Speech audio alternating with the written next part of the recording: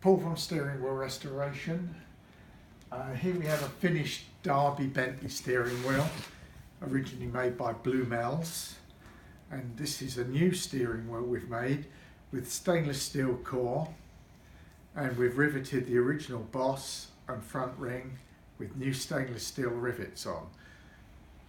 Now this is the original steering wheel as made by Blumels, and you can see it has the same finger grips and all the same features as the new one. Many of these steering wheels break because there are only 3 spokes, and they can crack across here, and obviously then there's the chrome in here, which is hard to linish out and makes the spokes thinner and again weaker. And these, real broadly, people think these steering wheels are a bit too flexible.